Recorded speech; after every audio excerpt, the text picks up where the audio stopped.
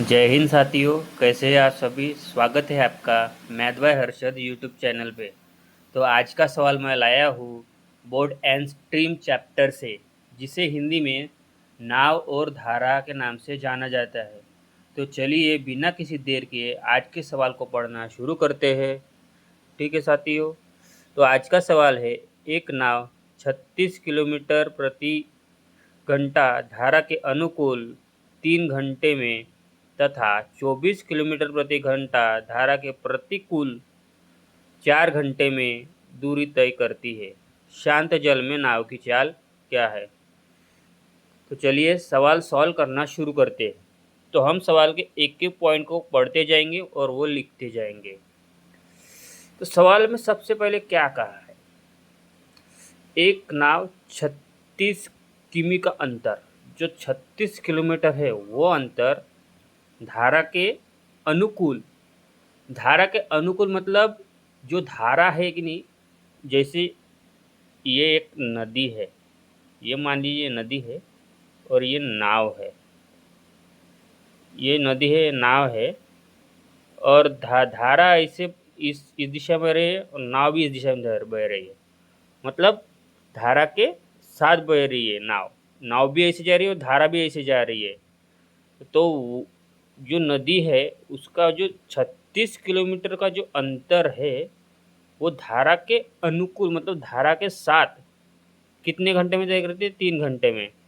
तो हमें जो धारा के साथ नाव की चाल है वो निकालना है, हमको वो पता करने। उसके लिए हमको क्या करना है, कुल दूरी बटे कुल समय। दूरी कितनी है, ये देखिए सवाल 36 किलोमीटर दूरी है और टाइम कितना है, टाइम है 3 घंटे।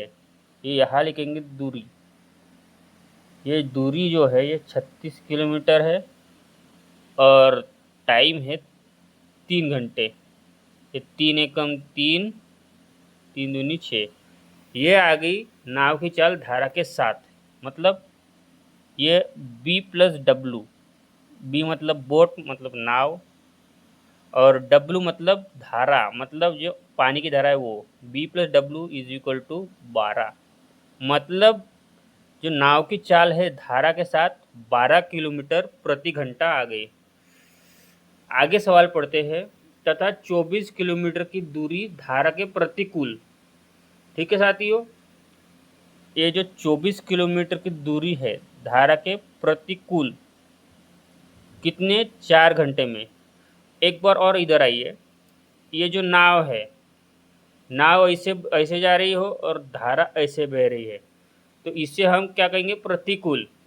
मतलब धारा के विपरीत दिशा में, धारा के विपरीत दिशा में मतलब धारा मतलब नदी की धारा ऐसे बह रही है और नाव ऐसे जा रही है, मतलब ये हो जाएंगे धारा के प्रतिकूल।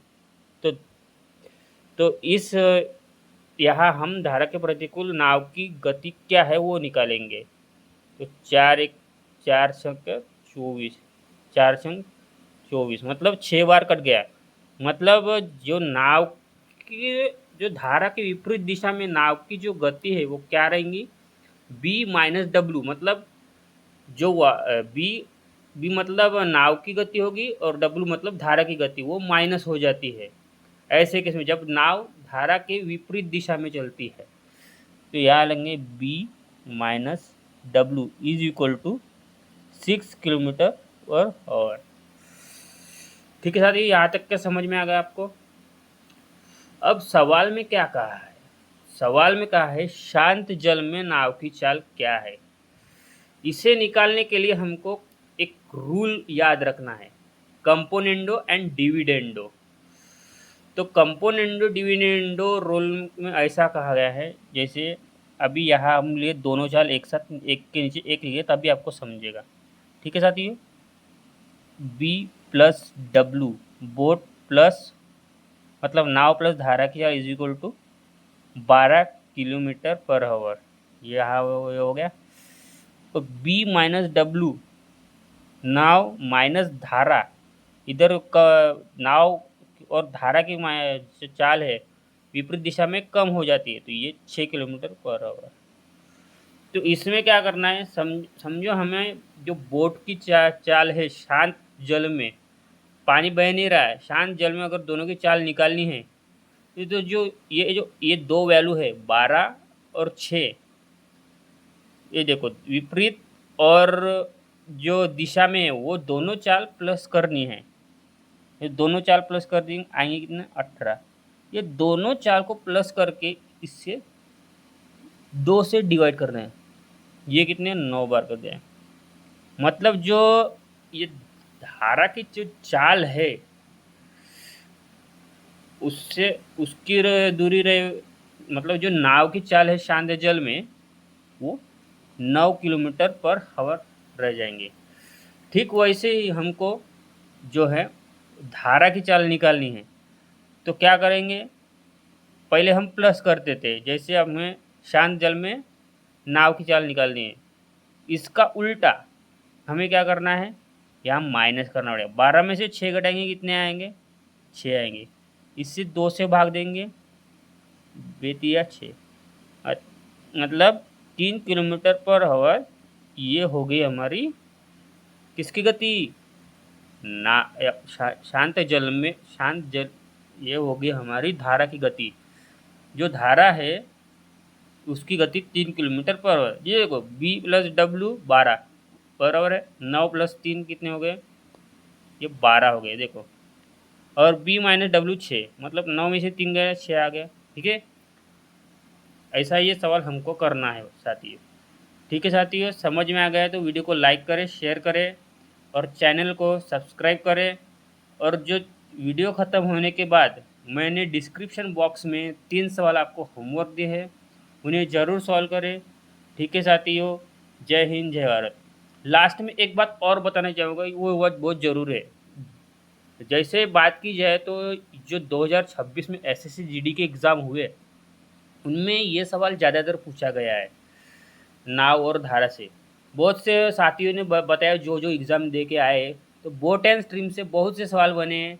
जैसे ट्रेन से भी बहुत से सवाल बने, जो ट्रेन का चैप्टर है जो मैं करा चुका हूँ आपको, उससे भी बहुत सवाल बने हैं। और एक बात और, जो धारा अनुकूल है उसे कभी कभी अनुप्रवाह भी कहा जाता है, अनुप्रवाह।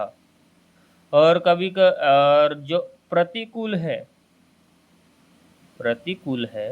उसे कभी ऊर्ध्व प्रवाह भी कहा जाता है। और कभी कभी कैसे ऐसा भी पूछ सकती है, वो तो आपको समझ में आ भी जाएगा। धारा की दिशा में और धारा के विपरीत, ये सामान्य भाषा भी कभी भी एग्ज़ाम में यूज़ करी जाती है। तो ये जो सवाल है आज का एसएससी जीडी के एग्ज़ाम के हिसाब से बहुत इम्पोर्टेंट है। और ये चैप्टर आप मोस्टली करके जाना है। जब भी अब जो जो 2027 वाले छात्र एसएससी जीडी की तैयारी कर रहे हैं, वो इस सवाल को ज़रूर, मतलब ज़रूर करके जाना। ये सवाल आना है, मतलब आना है। और जो भी मैं चैप्टर कराऊँ उनसे तो सवाल बनेगा ही बनेगा। ठीक है साथियों, धन्यवाद, जय हिंद जय भारत।